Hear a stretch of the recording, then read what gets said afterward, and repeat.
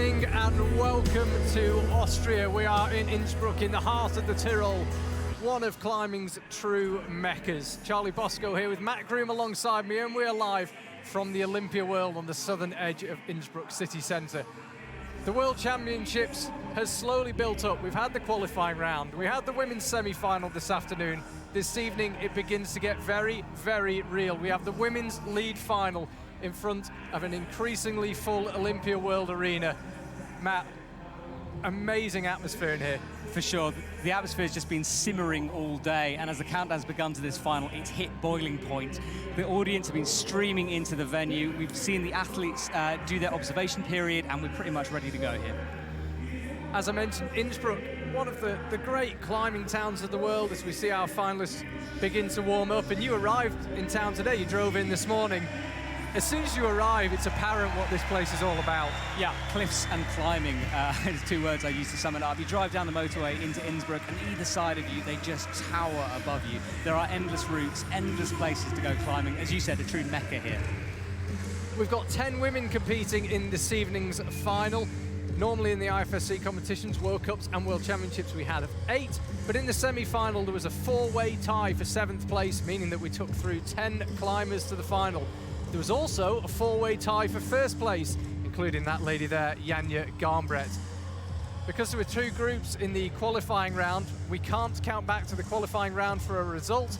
So if any of the climbers who were tied in the semi-final are also tied on score in the final, their ranking, if it's for a podium position, will be determined by time on the route. If it's not for a podium position, they can tie. So you can tie for 4th, you can tie for 5th, and so on.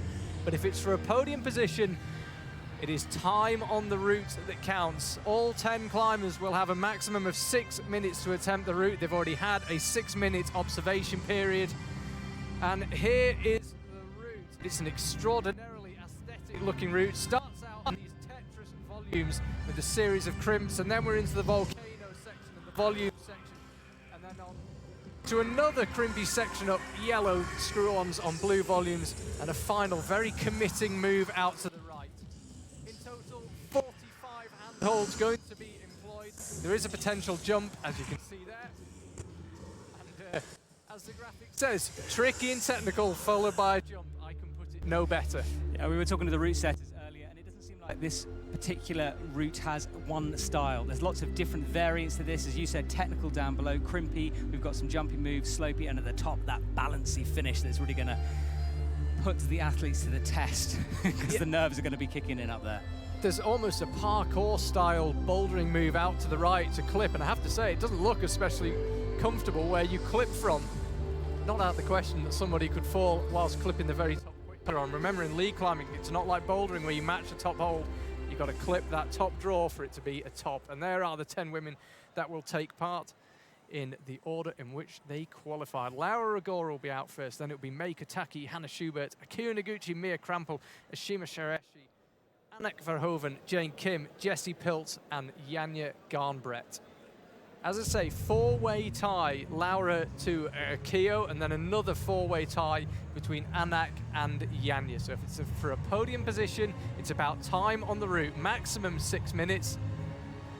Anak Verhoeven, the only one of the climbers who successfully topped the semi-final route, who came close to using up her time.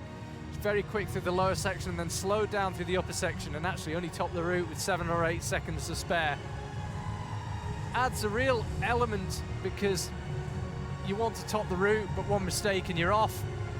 You need to climb quickly. In the case of someone like Anak, it's not her natural style to climb quickly. So coming in with a tie is not ideal, and it really changes the challenge faced by the climbers. Yeah, it just shows the quality of these climbers as well. The fact that the scores are that tight. All of these athletes reaching their peak at this point in the season for the World Championships, and really no clear favourites at this point. It's kind of anyone's to get, especially considering this route, which has all those different aspects as we were discussing. There's not many people looking past Janja Garnbret for the win, but as soon as we came out and saw the route, you did think this really could throw a cat amongst the pigeons, to use an English phrase, because As you say, so many styles condensed into a 15-meter route. The wall here in Innsbruck, 15 meters high and 12 meters wide. It's overhanging throughout. There's 5 panels. You can see Laura Agora just setting off is on the lowest panel. The steepest one, where the last of those 2 Tetris volumes are, is 54 degrees overhanging. You were saying earlier, Charlie, about the aesthetics of this route, and it is absolutely beautiful to look at. It's one of those routes that you want to go and climb on, and I'm sure the athletes will be feeding off that kind of psyche as they start up. Laura Agora is underway. Our final is underway. You can see the clock in the background. She's got 6 minutes, of which 30 seconds has already elapsed. We can see there from that shot, very fingery to start this route, and body tension is required here. So not too difficult, but tiring because of that tension throughout. It's not just going to get, your fingers are going to get tired. We're talking core, legs. It's pretty much full body workout straight into this route. Yeah, none of these moves are said by the route setters to be especially hard, but you take into account the nerves, the excitement, the adrenaline of being in front of a big crowd here in Innsbruck in a World Championship final. Added into the fact that whilst none of them are super hard, none of them are super easy either, but the route setters aren't really expecting anyone to be overly troubled by the lower section, perhaps before those big yellow volumes that you can see 10 or so moves above Laura. Laura with the high heel hook there, just locking herself in, took a moment just to settle before committing up. Last thing you want at this point is a slip this early on the route before you've got into it, so it's natural that the athlete's a little bit cautious to start with, just want to make sure every foothold is solid.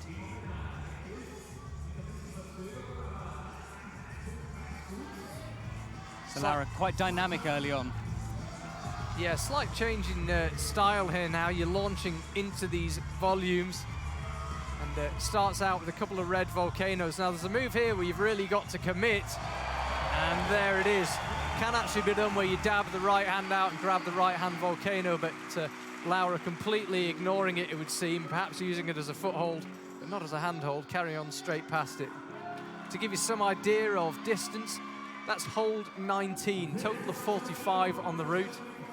If you're watching lead climbing for the first time, you are scored according to which handhold you reach. So before the final begins, the route setters create a route map, and each handhold is numbered, and you're scored according to which one you get to. So a relatively simple scoring system. There is an element of judgment, of course, and you can also get a plus on your score or a 0.5, as we saw in the semi-final, but essentially it's how high you can progress up the wall in terms of handholds. So Laura taken something of a reset, I'd struggle to call it a rest, popping up now, and that's hold 20, so she's approaching halfway on the route, and she's on the very steepest section. Keep an eye out here through this section. These footholds within the yellow volumes are blind. The athletes will not be able to see them very well when they move above it, so they've got to remember where those handholds were and turn them into footholds when they move through them. Yeah, that was a really interesting insight from the route setters. These red holes, you can't see them when you're trying to use your feet on them. It's the kind of thing that's not apparent from below, but they assured me that once you're getting your hands outside these yellow volumes, you have to remember where the screw-ons were for your feet. And Laura really beginning to work hard now as she dabs out to the right towards hole 25, and that's probably going to be a 24 plus 25 for Laura. Yeah, looks like she enjoyed herself. Yeah, good effort from Laura there. She's been climbing a lot outdoors recently, spending a lot of time in Arco on the real rock, and a lot of athletes now preparing outdoors on proper rock as much as they're in the gym, and we can really see that come through, especially on these style of competitions. Yeah, it's interesting, the different styles of preparation coming into this World Championship. Jerne Kruder, who's had the best season of his life in bouldering, has basically been doing outdoor climbing and not really going to the gym, not really training, just doing climbing he enjoys. Other people have that kind of monk-like dedication for months beforehand. Different strokes for different folks. As you say, Laura Agora has been doing plenty of outdoor climbing. No stranger to an indoor gym either. Here comes Mei Kotaki.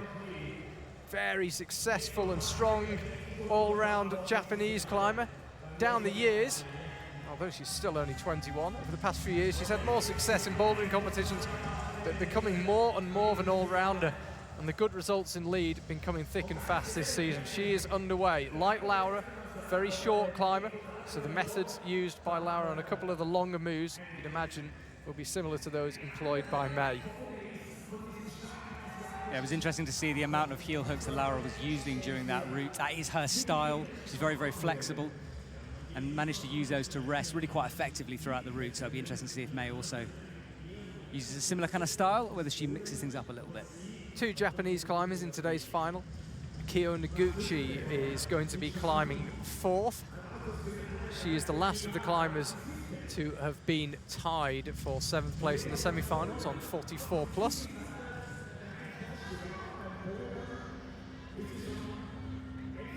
May still on the Tetris volumes, very much body tension, small holds. If you watched our semi-final coverage, it's relatively similar.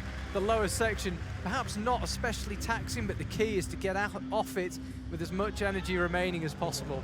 You don't want to burn any unnecessary energy doing moves that, by the standards of World Cups, are not especially difficult. You just want to get through it as fresh as you possibly can be for the tougher challenges ahead. Yeah, we can see that body tension we were talking about earlier. These holds, the footholds especially, are quite high up. So the athlete's going to have to require a lot of core strength just to hold them into that wall. And you can see from that angle how overhanging it is up there. You can see there, that's where Laura Rigora got to, 24 plus. She stabbed out right for that red volcano. Crowd getting behind Mei Kotaki now.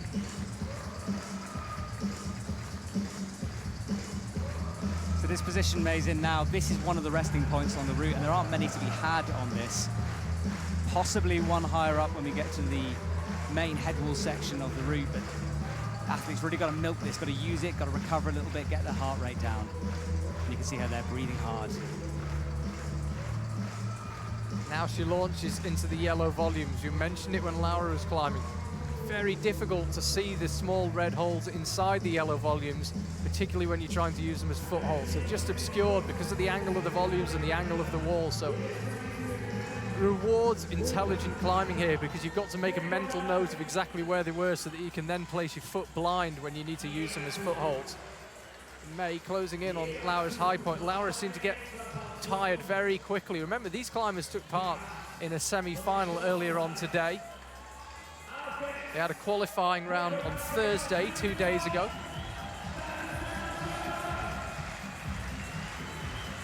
May looking far more comfortable than Laura was in this section. By this point, she was really struggling, but May looking in control. Half her time remaining, 3 minutes gone, 3 minutes to go. She's setting a new high point. She's on to hole 25, now 26. So every move from here just pushes that high point further out. Charlie Bosco and Matt Groom live from the Olympia World in Innsbruck. Hashtag IFSC WCH if you want to get in touch on Twitter as we watch Mei Kotaki committing to that big move. And now heading on to the very top section, the head wall of this route here. Looks like she's just beginning to get tired. The movement's just becoming that bit more jerky. Can she find somewhere to recompose? Ideally get a bit of energy back. She can't. Stabbed up with the right hand, comes down with a huge smile on her face and looked like she loved that. Team Japan pretty happy with that. Even happy when the B-layer drops her on the floor. Big round of applause for Mei Kotaki. That's, as I say, a new high point. Only the second climber out, but you said it, Matt. She looked really calm and comfortable. A bit like Laura, suddenly seemed to get tired quite quickly, but crucially did it 7 or 8 moves further on. Yeah, it was a change of styles that seemed to do it for May, just moving into that, again, slightly more crimpy section of the route. And of course, forearms are going to be massively pumped, especially after that slopey section down below. And it's hard to then turn that into crimps. Here comes Hannah Schubert, the local hero, Innsbruck born and bred, still lives in the city. And having been all over the world with the IFSC Tour, for 10 days she gets to walk to work. She's in front of a home crowd who go quiet to let her concentrate. She was very excited about these championships months in advance. Her social media has been all about how excited she is.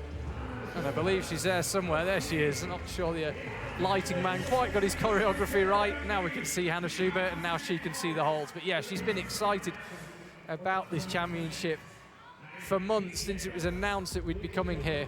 And she's not only had a good qualifying round, she also had a good semi-final, and she's in the final. If ever an athlete had a spring in their step, it's Hannah Schubert as she starts up this wall, looking like she's having a fantastic time, and why wouldn't you?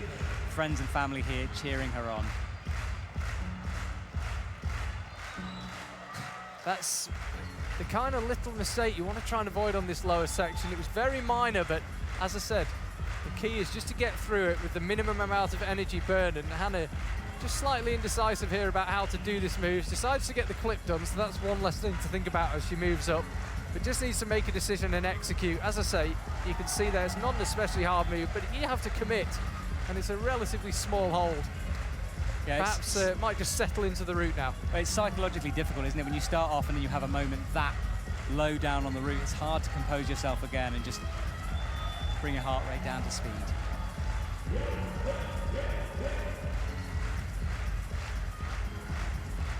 Now the crowd clapping in unison to encourage Hannah Schubert. She's a pretty outgoing personality. I would imagine she'll enjoy that. She seems to love the big occasion. Climbed in the finals of the World Cup in Chamonix back in July. She said to me later it was one of the most amazing experiences of her life. I'll imagine what it's like in your hometown. Now she stabs out right. One more of these crimpy moves and she's onto these red volcanoes. Had a really good winter of training, Hannah. You can see there that red hole she's fired out to, that horn. It's not especially positive. It's not too bad, but it's certainly not somewhere you can have a rest. And her right foot just pops. Hannah looks like she just still needs to find her rhythm. Maybe just control the heart rate slightly, try and forget the fact you're in front of this big home crowd. Easier said than done. Looks like she just needs to find her rhythm. Hannah using a slightly different resting method there. You can see the right heel hook rather than the high left that May and Laura used. Seems to be working for Hannah though. And Charlie, I don't think time is necessarily going to prove a factor on this route, so they can take a little bit of time here as long as they obviously don't go overboard on it. Yeah, Hannah's got 3 minutes 20 left. She's at hold 19. She can make that 20. So it looks as if she's got the pace about right. Could perhaps do with slightly speeding it up. But we had more moves on the semi-final route, albeit it was a completely different start. But we had more moves, and as I say, Anna Verhoeven, the only climber who topped it, who came close to running out of time. Half her time now elapsed, Hannah, crossing through to hold 24, total of 45 on the route. There's where Laura Igora got to, and we'll just, as we move up, see the high point set by May Kutaki. Hannah Schubert, the third of 10 climbers out on the Innsbruck wall. We had a four-way tie for 7th place in the semi-finals, so we don't have our traditional 8 climbers in the final. We have 10 climbers due to that tie. Hannah looking a little bit pumped there. You can see just shaking her hands out. Those crimps very, very small. Hard to hold on to, especially with the overhang of that wall as she comes into this crimpy section. We're saying it's hard to get that forearm back in control because that bottom slopier section really does take its toll. So 34 was the high point set by May Kutaki. When we zoom out, I'll be able to point out which hold that is. You can see how small these holds are. There it is. It's on the third of those big volumes on the left, the big blue volumes, and Hannah goes to cross through with the right hand and falls around the 31-32 mark. Yeah, Hannah using a slightly different method. I think May bumps the left hand there. Hannah, as you said, trying to cross through. So different tactics. And May's bump looked desperate when you saw it happen, but perhaps slightly easier than Hannah's cross through. This was Hannah a bit lower down on the route. She gave it absolutely everything she had. There was just a couple of slips, so it looked to me as if she never quite kind of settled into it. I think it's interesting how those little slips, those little fractions of time do build up because she couldn't rest for as long because she's wasted a little bit of time down below, and perhaps that's what made the difference. When you're up there and you're pumped, those little fractions do add up quickly. And we all know that feeling when you're climbing and your foot pops. Even if you stay on the wall, your heart nearly comes out of your mouth. Mine does generally when I climb. It's just, I'm just a bit scared all the time, Charlie. So you've been here. It's a long competition, this World Championships. What's the atmosphere like in town when you walk around? Can you feel the excitement? Yeah, it's taken over the town, to be honest. I mean, all the buses that drive around Innsbruck are all branded up with advertising for this World Championship.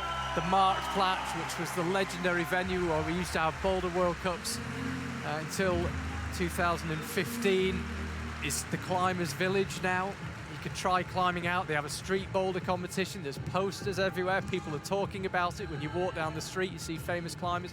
And as we said at the top of the broadcast, this is a climbers' town. It's called the Climbers' Paradise, nicknamed the Climbers' Paradise.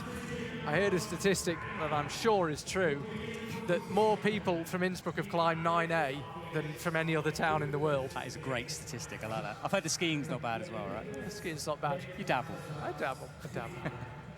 But a very unofficial statistic about 9As, but when you think about the caliber of climbers this place has produced, 5 meters to our right, we've got Anna Sturr commentating in German. Just one of many amazing climbers the Tyrol and specifically the Innsbruck area has produced. Speaking of amazing climbers, you don't come much stronger than this lady, Akia and Iguchi, 4 times the Boulder World Cup champion. Almost more incredibly, 5 times the runner-up. 9 years she's been one of the best 2 boulders in the world. Yeah, she's the very vision of grace as she goes up this wall. Such a delicate climber, and the flow she's got going on. We talked about this section where Hannah slightly struggled on, Akia just floating through the moves there. And because we didn't see Akia in lead World Cups for a while, it's easy to forget that she did start out as a lead climber, won a bronze medal in the 2005 World Championships in lead. 13 years later, here she is in another lead World Championship final. She is an absolutely extraordinary climber. And when you look at the names of people she was competing against in 2005, and here she is, still going, still absolutely at the top of her game. Came within a whisker of winning a 5th Boulder World Cup title. So nobody here is betting against Akia and Iguchi. She looks, I have to say, lighter and fitter than I think I've ever seen her. She seems to have the secret to longevity, whatever it may be. Never seems to get injured, never seems to drop form. The only occasional chink we've seen of weakness is that occasionally when she's climbed in Japan, she's perhaps felt the pressure and not done as well as she might have liked, but really you're scraping the barrel looking for weaknesses on Akia and Iguchi. Yeah, she seems incredibly focused here tonight, as she would be, but climbing very, very well. Using the high heel, but not resting for very long there, moving straight through it. Perhaps a sign that she's either pumped or not pumped. Because as we said, there aren't many resting places on this wall, so feeling confident as she moves quickly through with 3 minutes 52 seconds on the clock.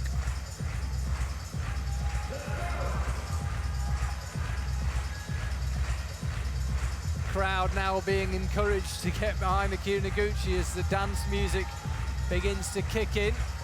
Elbows just coming out, suddenly looking slightly tired. As you said it, Matt, perfect words, very, very graceful. But we're pretty close to the wall here, and you can just see her cheeks puffing as she has to fight more and more, and the left foot just slipped. And for a couple of moves before she fell there, you could see the effort showing on her face. Fell in the same region as Hannah Schubert. We'll just wait for her confirmed score to come through. Looked like it was the left foot that went. This was lower down on the volcanoes. I'm surprised how little time she took to rest on this. Didn't really seem to spend a lot of time there, getting that energy back, moved through very, very quickly. Perhaps slightly regretting it. She looked disappointed, Charlie, when she came down from the wall then. Yeah, this was the move where I suddenly thought, wow, she looks quite tired. And she got another couple of moves, and then it was just the foot that popped. Let's keep a very close eye on it. No, we haven't got that's not the angle we want. This is the one we want. Yeah, it was that left foot that just almost rolled off that triangular volume, the second blue triangular volume. So, Akia and Iguchi is in 3rd place. Yeah, it was 31 to Hannah Schubert's 31 plus. Meikataki still leading the way, 34. 6 climbers still to come. Mia Krampel, Ashima Shirashi, Anak Verhoeven, Jane Kim, Jessie Pilz, and Janja Garnbrecht. Hannah Schubert currently being interviewed live on the stage. It's going out around the arena. slightly nerve-wracking experience, and we've just got a slight delay while she completes this interview.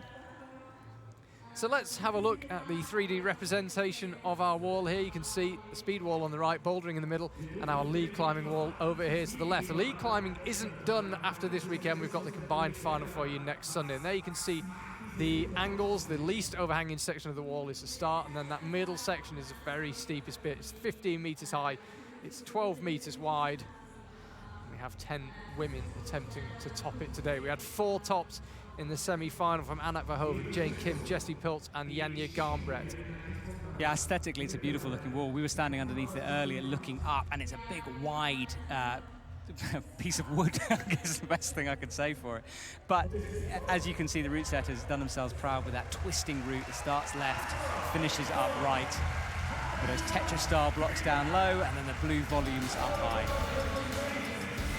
So I'm just looking across the arena. I think the MC is finished interviewing Hannah Schubert, and that means that we can welcome Mia Krampel to the stage. Just to let you know, the 4 climbers that we've already had out were tied from the semi-final. They all got the score of 44 plus and tied for 7th place. They have all been separated. They've all got different scores in the final, so time not going to be a factor for them should they be contesting the podium positions. It's currently Meiko Taki who leads the way, 34 for her. This lady here, Hannah Schubert, 31 plus for her. Then we had Akia and Iguchi, clocked a 31, and Laura Igora currently sitting in 4th place with 24 plus.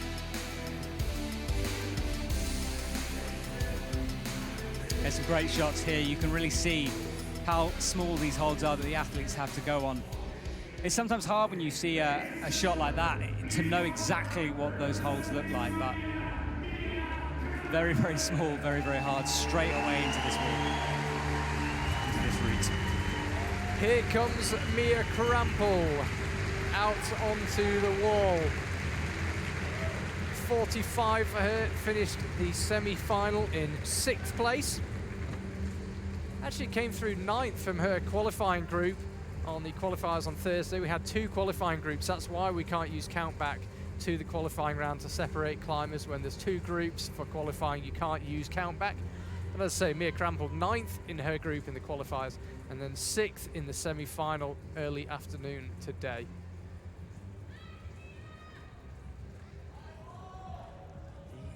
Very familiar sight of her compatriot Janja Garnbret climbing last on the big stage, still to come. Right now, all eyes and all Slovenian support being thrown behind Mia Krampel.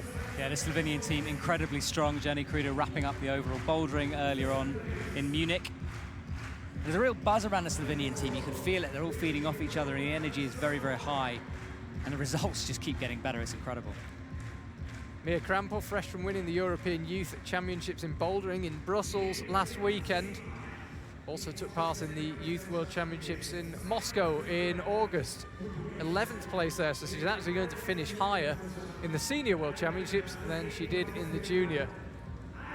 Not under huge pressure here, just here to enjoy, do the absolute best she can, but absolutely delighted to be in the final at all.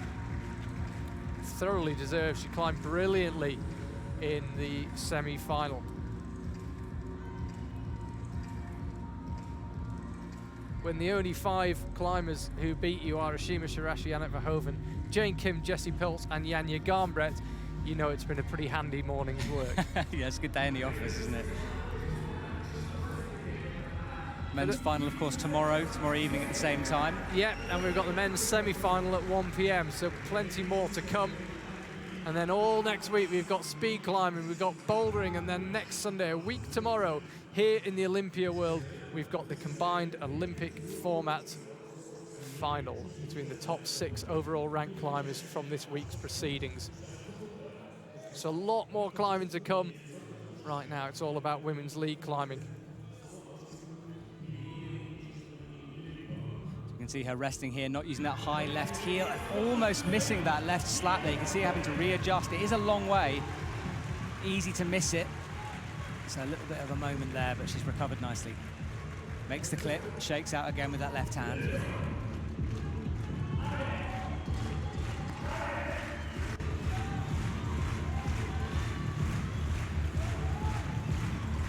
So Mia into the volumes. This move out to the right there, that's where we lost Laura Rigora. She's actually come back from hole 25, but already controlled it. Yeah, it's been interesting watching the athletes come through here, because Laura made that move quite dynamic. She was too pumped to do it statically and had to just pop for it. Everyone else making it look fairly easy in comparison, just locking off that left, stretching out to the right, and as she moves here into the crimpy section again with those forearms burning. And you can see there, Meikataki's high point still quite a few moves away. 7 moves away still from Mia Cramble. That high point looking increasingly impressive because it's so pumpy, this section. Mia Crample needs to figure out how to get that quick draw clip. You don't want to end up with it sitting in your lap. You want to clip it while it's hanging down nice and comfortable. I think she's going to try another move before she clips. As it was, she didn't have the opportunity to clip. She was slapping up for hold 32, so I think that'll be a 31 plus for her.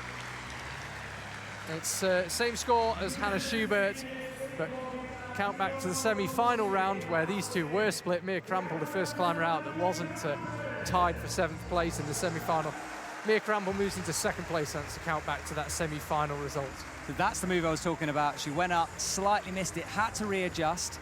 Not a massive deal, and it's obviously going to look a little bit more dramatic on a slow motion close-up like that, but probably not exactly what she would have wanted going up to that hold. You want to go up, slap up and nail it and then move through. And imagine our director was high-fiving the producer in the TV truck out the back. He got his timing perfect there, cut to the hole, just as she almost missed it. And there we see it, Meikataki still leading the way. According to my screen, it's 33 plus. Either way, she's out in front in either a 33 or a 33 plus. For those of you just getting home from a day's climbing, or maybe from a late afternoon beer, welcome to Innsbruck. Charlie Bosco and Matt Groom here, live from the Olympia World. We're taking our pictures today from ORF, the national Austrian broadcaster. And we're waiting for this route to be topped. We're waiting, in fact, to see those top moves attempted. As it is, we're about a dozen moves short, with high points set by Meikataki, 33 or 33 plus, depending on which score you're looking at, and 45 in total. So a dozen or so moves that remain unknown to us. We talked through them earlier on with the route setters. They were working absolutely up until the last minute, but we haven't seen a climber on them yet, and Ashima, the latest to try her luck. Now keep an eye out here, around the 3rd and 4th quick draw. There's a slightly reachy right leg movement here. Ashima a little bit shorter than the rest. It's going to be interesting to see how she deals with this. Of course, sometimes you say something like this, it doesn't seem to faze them at all, but this is the move I'm talking about. Makes that clip looking fine. Going to go up the left hand and this right stretch here. Ashima using that toe hook. Of course, the rubber on the toe patch of the shoe to allow those moves to stick. And yeah, see, she's having to cut loose on that. A few athletes have gone out with that right foot, but made it look very easy. Didn't look like a lot of energy expended there from Ashima. Very, very calm. She's quite the celebrity. The only climber I'm aware of who's appeared with James Corden on, is it Saturday Night Live he does in America? The Late Show, I'm not entirely sure. Whichever one he does, the one with carpool karaoke. Ashima taught him how to rock climb. She's quite a celebrity over in the States. The youngest person, let alone the youngest female to ever climb a sport climb of 9A/9A plus, and also climbed 8C V15 boulders outdoors. So quite the phenomenon, and as I say, quite a celebrity over on the other side of the pond. I'm just a bit angry we weren't invited, Charlie. Where was our invite? I could sing.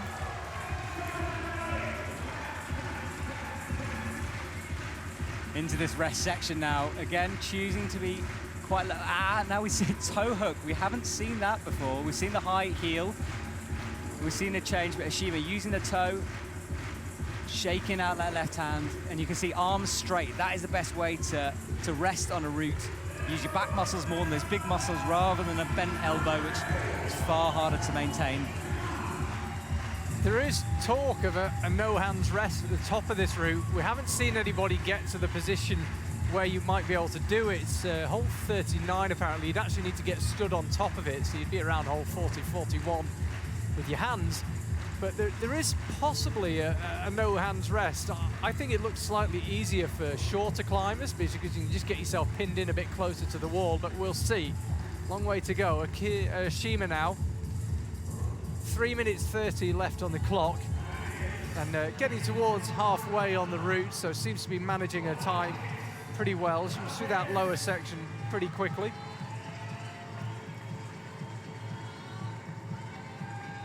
So into that blind moment, remember those footholds she's standing on, you really can't see them as you climb through them. You've got to remember where they are. And that might sound easy, but in the heat of the competition, when you're stressed, when you're a little bit pumped, it's so easy just to slap around with your feet and miss those vital holds.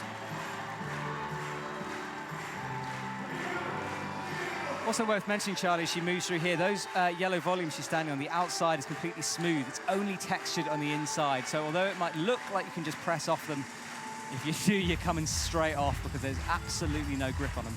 Same is true of those volcano holds as well, including the one she's got her right foot on. Only the middle bit has got any texture. Great graphic there, sort of a hit list of the top 3 climbers. You can see how much work she's still got to do as she moves into this top section of the route. Looking focused though, where's she going to make this clip? There's the benefit of flexibility in climbing as Ashima manages to get her left foot out, but the problem is now, how does she get it off and then get it repositioned? And she can't. It takes a long fall down through the Olympia World Air. Yeah, this is proving to be a real stopper move in this route here. A few different methods. We've seen the cross-through move. We've seen the slap up with the left. And I think that bump is the way to do it.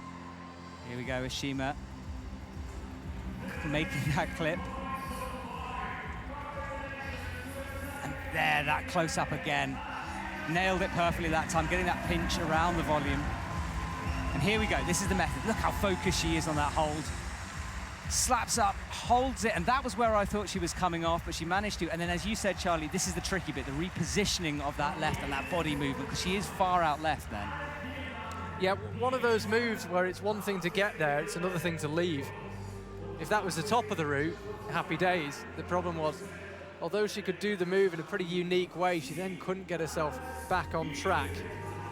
Just to let you know, there was a mistake from the judges. Mei Kotaki should have been awarded a 33 plus, so originally I gave her score as 34 plus, which is what it flashed up as. It has now been amended correctly after checking the video to 33 plus. So she's still out in the lead, but one move closer to the competition than initially thought.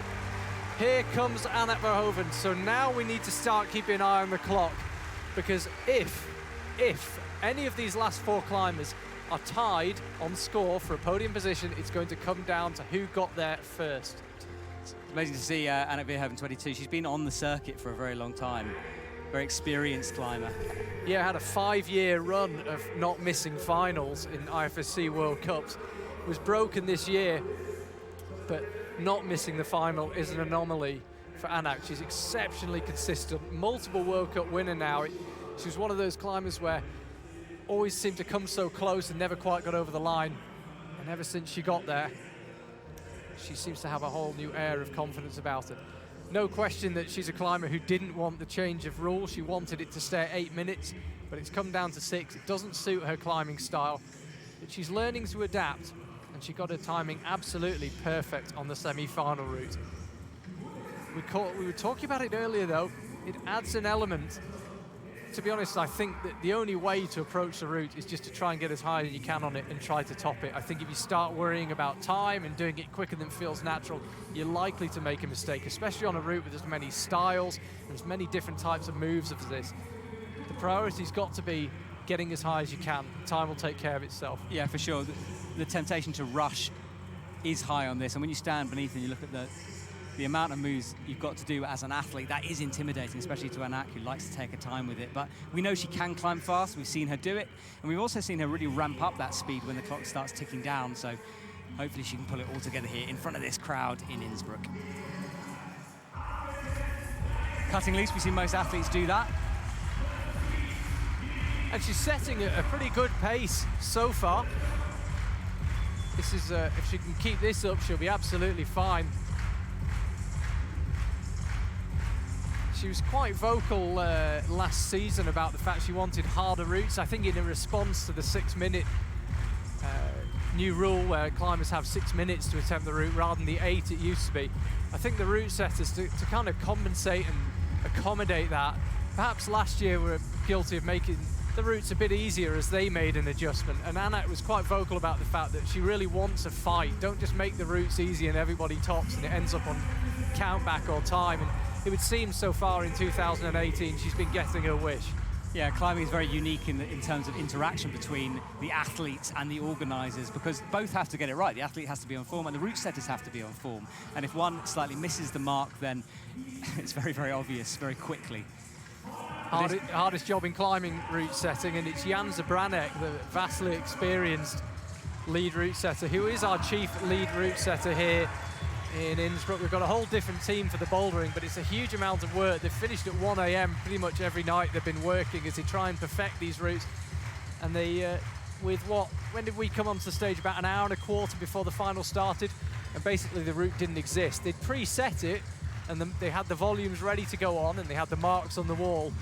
But they had to chuck it on the wall pretty quickly. It's a very stressful job. And as you say, Matt, if they get it wrong, it's pretty obvious. But they seem to have got it about right so far. Few ties on that 31+ move. So Anak, taking a few moments there, you can see this almost went up with a different hand, went down, rethought it, and is now into this crimpy section. And we expect her to get through these next couple of holds, but it's the next quick draw where we've seen some big, big falls. And clipping it could be a problem, Charlie, as they move through. Yeah, absolutely. It's clipping seems to have been quite a theme this year in the IFSC World Cups. The last thing you want is for it to be sitting in your lap. You need a bit of tension in the quick draw so that it's hanging and you just quickly chuck the rope through it. If it's sitting in your lap and you've got to simultaneously pick it up whilst getting the rope in, it sounds like a very minor detail, but at this level of difficulty, clipping is virtually a move in itself, and you've got to get it right. So ideally, you'd like to get it clipped from somewhere around where Anak is now. I think this section is just sucking them in a bit. You kind of think one more move, one more move. And a slip from Anak, slapping up with the left hand, definitely had some energy left. It was the left foot that popped like we saw with Akia and Iguchi. I'm pretty sure it's the same hold. I tell you what, if you are May Kataku right now, you're going to be starting to think about a possible podium here. We know she's very focused. I doubt we'll see much nerves in her face, but she is currently leading on 33+ points. So this was Anak getting towards where we lost her. So she looked pretty solid. That was the right hand. That's the one just on the lip. Left hand looks solid as well. Now if we can... That's not quite the angle we want. Here we go. Let's have a look. So she is. She's on the same foothold with her left as Akia and Iguchi was. And it was a split second after she landed with that left hand. It's a very dynamic move, that, especially the way Anak did it. You saw it in that replay, gritting her teeth and flinging her way into that move. The problem when you do that is it does unweight that foot a little bit. And if it's not very solid on that hold, you're going to pop off before you knew it. And you could see when she came down, I don't think it was a case of fatigue or tiredness, which is the same, fatigue and tiredness. Clearly, Matt's struggling. I'm struggling as well, fatigue and tiredness. But yeah, so just a foot pop to bring her down. Here's a legend of the game, 25-time World Cup winner, 2014 World Champion, Jane Kim, looking for a second World Championship title. She was second 3 times running, 2009, 2011, 2012. Finally got that win in a very emotional moment in Gijón in northern Spain in 2014. Missed the podium in Paris after a season where she seemed to have a monopoly on third in the IFSC World Cups. Mina Markovic took third that day in France. Jane Kim in the hunt for a medal. Remember, if they are tied on score, any of these last 3 climbers and Anak, it'll come down to who got to that move first, if it's for a podium position. We hope it doesn't really come down to that. We have to separate the climbers somehow. As we're nearing the end of this athlete list now, you can really start to feel the atmosphere from the crowd get more tense. And that music as well, that heartbeat thudding away. If you can hear that in the background, just building it up for everyone, us included. I've got sweaty hands, Charlie, I have, I'll be honest. Well, we were talking earlier on in the semi-finals with Kyra Condi about conditions in here, and you would think an indoor venue, it should be possible to control the temperature and the conditions in a way that it's not possible outside, but it's not really the case, and it feels to me that the temperature is increasing in here, and the lights have been on the wall longer, there's more people in the venue for longer, the temperature just begins to creep up, conditions begin to deteriorate slightly on the wall. So initially, when you find out that a competition's going to be indoors, it's easy to think, well, it's the same for everyone. It might not be that simple. And conditions, as I say, could well be deteriorating on the wall as those bright spotlights stay shining on it. Let's see, Jane Kim doing what she does best. Very, very calmly executing, climbing smoothly through the lower section.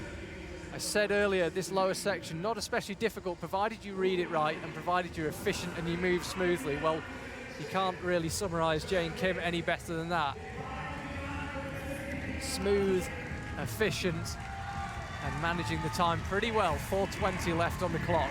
Moving into this section now, where the route setters said it is droppable. It is potentially droppable going up to this big horn. They don't expect that to happen, but it could happen. Jane making it look very, very easy.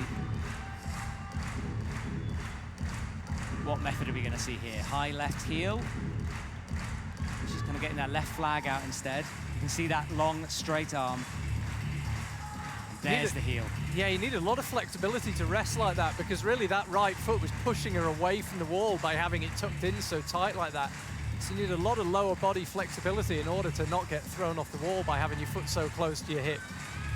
Worth remembering as well, that right hand under a lot of tension, and this is now, that's the first time we've seen her take it off in a while. It's a lot going through that crimp, but it's not a very good crimp, so Jane eventually managed to take that right hand, having a shake, having a chalk up as she makes the next clip.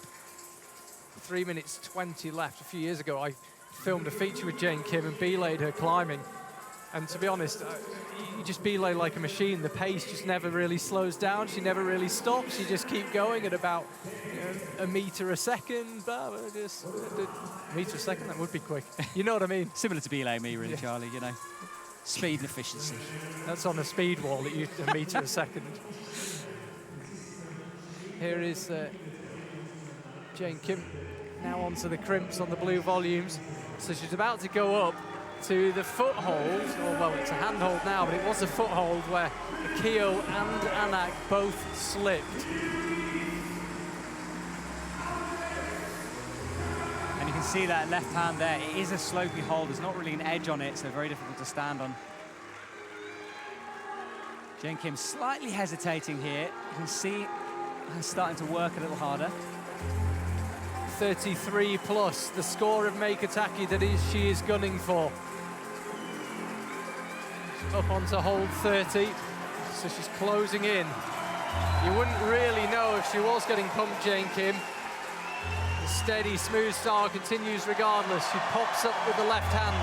That was crucial. The crowd gave her a big cheer because they know that's where we lost two climbers, Akia and Anak. As she moves out to the left now, she's doing this sequence slightly different to how the route setters envisaged it. They thought the hold above her right hand would be 34, the one to the left would be 35. She's done it the other way round. Popped up with the right hand and just slipped.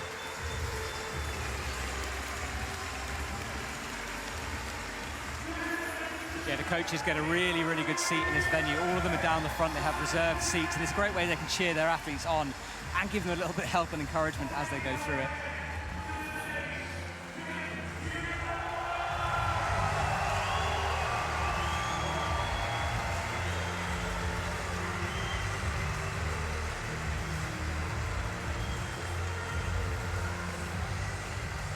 So Jane Kim does set a new high point of 34. As I say, on the route map we've got, where she had her left hand was 35 and she was going up for 34. So a different method was envisaged by the route setters. As it was, she went 35 and then went towards 34. She's got a score of 34 though.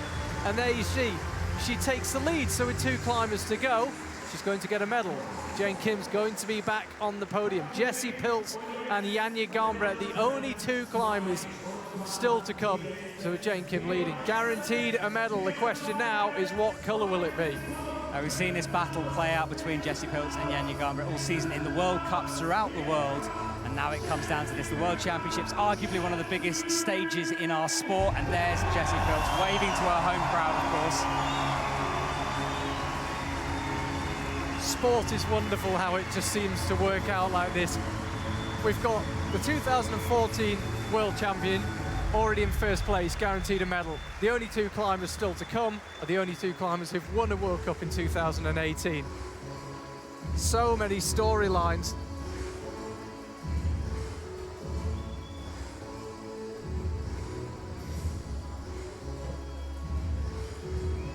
Jessie Pilz recently moved to Innsbruck to make use of the amazing Kletterzentrum, the huge facility where the qualifying rounds for this World Championship have been taking place and will continue to take place next week for the bouldering and the speed.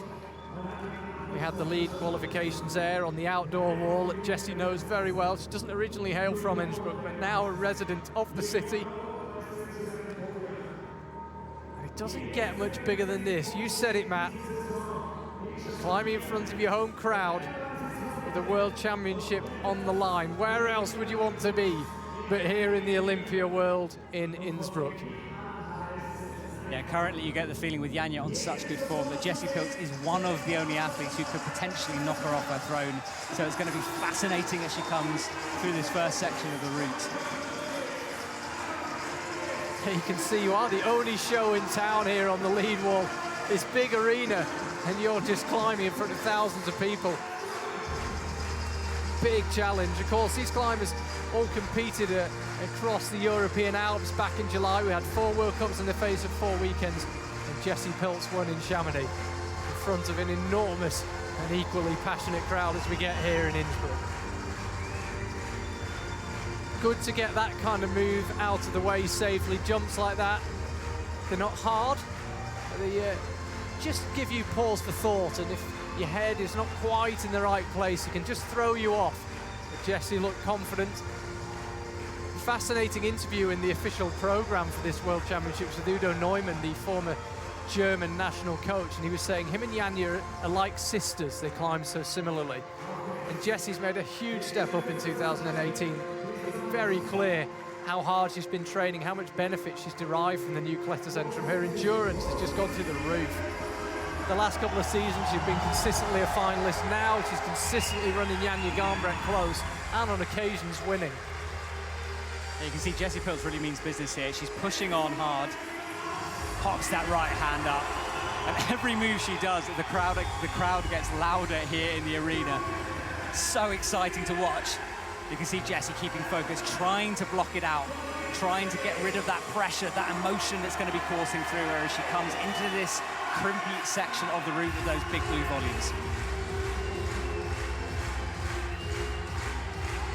Now then, this is the absolutely critical section where we've lost the majority of our climbers. They're all, most of them clustered around that 31 to 34 area. 6 of the climbers, 7, excuse me, so far, all clustered around there, and Jessie Pilz about to enter that section. It's only Laura Gora that didn't get to this stage, so tiny margins at play here. Key would seem to be to keep that left foot on, and she's done that. Now she crosses through the right hand. That's how the route setters envisaged it would be done. And Jessie Pilz looking good for potentially setting a new high point here. Thinks about clipping. Really awkward, actually did half a move with the rope in her hand. Decides not to clip after all. She will set a new high point. Switches her feet, gets her heel hook in place. Jessie Pilz takes the lead here in Innsbruck in front of her home crowd. Now she gets to clip done. There's only one more quick draw before the top. You can see it hanging below and left of those 3 yellow volumes. The crowd getting right behind her here. And Jessie Pilz has got the right hand. That's hole 37, make that 38. Now she'll dab out to 39 and needs to push herself out into that yellow scroll underneath the blue volume that is hole number 40. There is a potential rest here. Maybe even a no-hands rest if you've got the requisite balance. I don't think Jessie's going to bother with that. She's just going to keep on climbing. She's got to somehow wrestle herself round to the right. There's another handhold round there, not quite visible. There it is, hole 41, and she will match it at 42. And then she's got a difficult coordination move out to the right if she wants to top the route. Jessie Pilz getting further and further away from the competition. 2 holes to go after this one. Jessie Pilz lining it up. She'll go with the left, she'll go with the right. She's going to top the route. The Olympia world explodes. She gets the clip done. She's topped the route. And with only Janja Garnbret to go, Jessie Pilz is guaranteed at least a silver medal in front of a home crowd. Somewhere in the region of 1 minute 28, we think, left on the clock when she topped the route. Should it be a factor? I tell you what, Charlie, I watch a lot of sport, and that was one of the most incredible moments. Look at that crowd reaction. And Jessie is one of those athletes who is so focused and so calm as she climbs, but the second that goes, the emotion just explodes out of her. And look at that reaction from Jessie Pilz. It means everything to her. Matt, we were talking about her endurance. As she pulled through the lip, it looked like she might be in a bit of trouble. She took the rope as if to clip, did half a move holding the rope. I don't think I've ever seen anyone do that. Then dropped it, went back to climbing, clipped from what looked an uncomfortable position. Looked like she suddenly got really pumped. And then she got jammed underneath that hold 40, somehow squirmed to the right. We got a really good close-up where you could see how hard she was fighting. And then I don't know where she got the energy from, but just brought it home for the last few moves. And even fumbled with the clip. Remember, I mentioned it earlier in lead climbing, you've got to clip the top quick draw or it's not a top, and she was fumbling it. Heart in the mouth stuff, but all that training paid off for Jessie Pilz. She found the final few moves when she needed them most, thought about celebrating early and then thought, no, get the clip done. And that's what it feels like to top a route in front of your home crowd. And that's how it feels when you're Jessie Pilz's coach. I thought she was off on that move with where we thought there might be a potential no-hands rest. She had to work so hard. You could see the shoulder muscles being engaged as she worked her way right through that. I thought she was gone. Okay. I'm exhausted. This scenario feels so familiar. Janja Garnbret coming out last, but Jessie Pilz has been so close to Janja, and at times ahead of her this season. This couldn't be set up any better. Now, Janja cannot see the wall, but she's going to be hearing the noise of the crowd. It's likely that she knows Jessie topped the route, so all of the pressure is on Janja. And with any other athlete, you'd expect that to be a factor, but Janja consistently performs under pressure. You were with me in Arco. She gave a fascinating insight after she climbed. And the World Cups generally were able to get the climbers fresh in the wall for the winner to talk us through their climb. And we said that when Janja was climbing, it looked like she'd done the route before. She looked so solid, and she said, I felt so shaky, I felt so uncertain. It's very clear that there might be a lot more going on in Janja Garnbret's head than she lets on, because she is so calm from the exterior. But as you said, this is a very tricky situation to come out. She'll know that Jessie has topped the route. Having talked to Janja after Munich, you can see that right shoulder is heavily, heavily strapped. She did mention she had a tweak. Clearly not that much of a problem considering she's in finals in the position she's being in, but that would explain that taping. Yeah, came out top of the qualifying round, came out top in the semi-final round, albeit joint top in the semi-finals with Annette Verhoeven, Jane Kim and Jessie Pilz.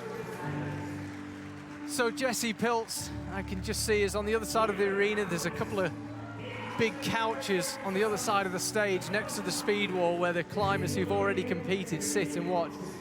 And what can Jessie Pilz do? She can only watch Janja Garnbret, she can only watch the clock. Remember, if Janja can top the route, it will come down to time over whether she beats Jessie Pilz. These World Championships just always seem to provide perfect moments. I'm thinking of the last climber out, Adam Ondra in 2016, topping the route to win the gold. I'm thinking of Petra Klingler topping the route, topping that boulder in 2016, turning to the crowd and smiling when she realized she could do it. Jane Kim, after 3 second places in 3 consecutive World Championships, finally getting the win in 2014. So many amazing memories. That's just in the last 2 World Championships.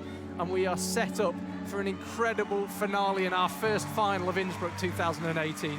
Janja Garnbret, the dominant force in lead climbing over the past 3 years, is on the wall, and she is hunting down a top. Very little rest again from Janja, just moving through this section. She wants to keep the momentum up, and she's going to know time's a factor now. She knows she has to not only top it, but she has to do it in a quicker time. Will that play out in this scenario? Will she rush a section?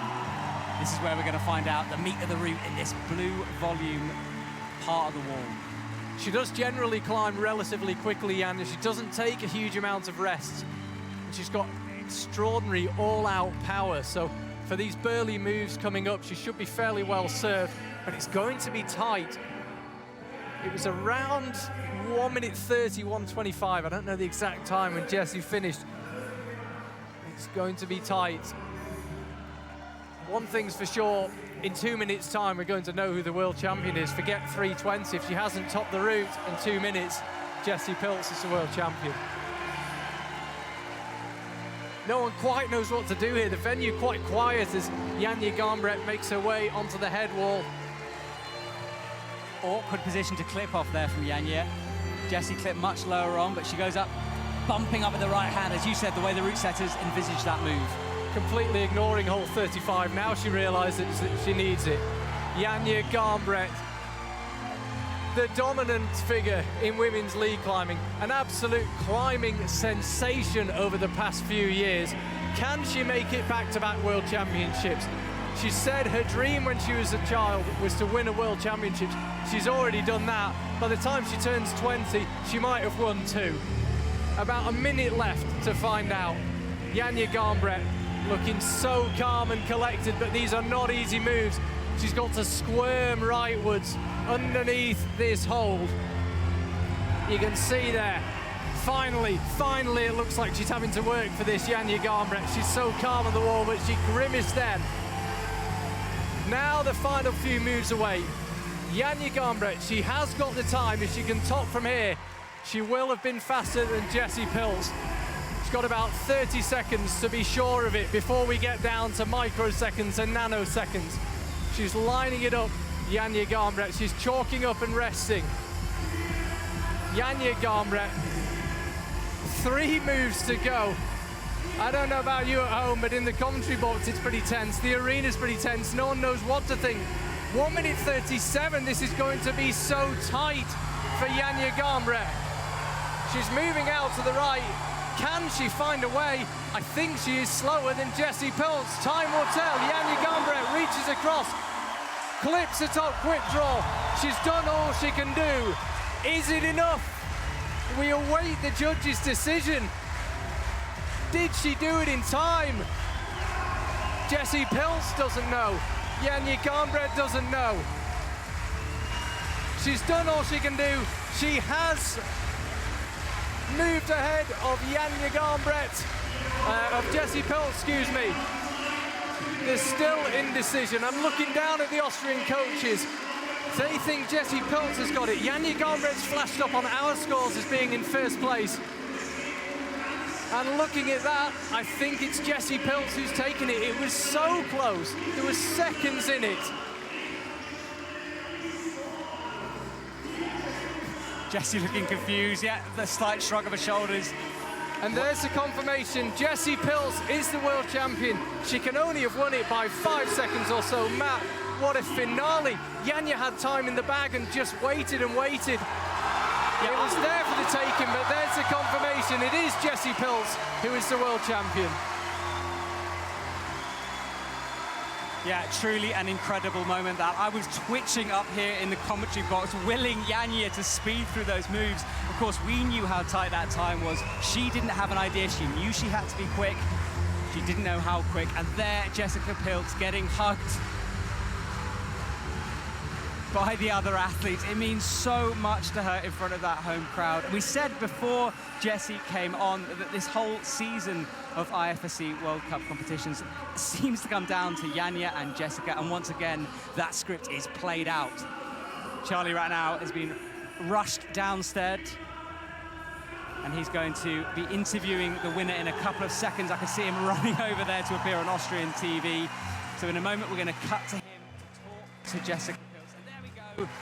Jessica Pilz on top, Janja Garnbret second, Jane Kim third, Meika Taki fourth, Ashima Shirashi fifth, Anat Verhoeven in sixth, Mia Krampel in seventh, Akia and Iguchi eighth.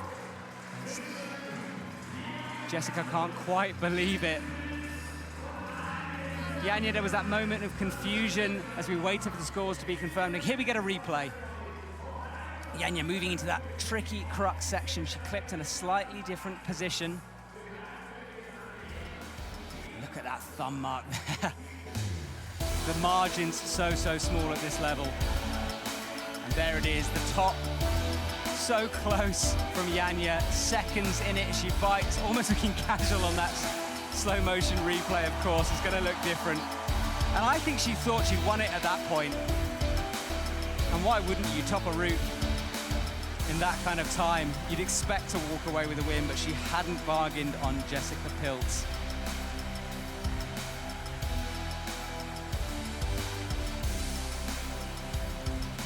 So in a couple of seconds, we're going to get the interview from Charlie and Jessica as he finds out what was going through her mind. Jessica Pilz, world champion. How does that sound? Sounds amazing. And what was it like climbing in front of your home crowd? Did you feel more pressure or did you feel better for the home crowd? I felt so much pressure and I was so nervous during the warm-up, and we could hear the crowd at the warm-up wall, so I was like freaking out the whole time. And then before I started, and I calmed down completely, and then I really enjoyed. You look very smooth on the route, but what was that moment like when you clipped the final quick draw and you realized you topped the route? It was so amazing. When I saw that jump at the observation, the last move, I was like, okay, I think I just go for it, and maybe I stick it, maybe not. I wasn't sure because it's not so my style, all the jumps. And yeah, and then when I was there, I thought, okay, just go for it. And I didn't really hesitate in anything. And then I just hang on the last hole. I was like, just crazy happy. Well, you are about to be crowned world champion in front of a home crowd. Huge congratulations, that was incredible. Thanks so much.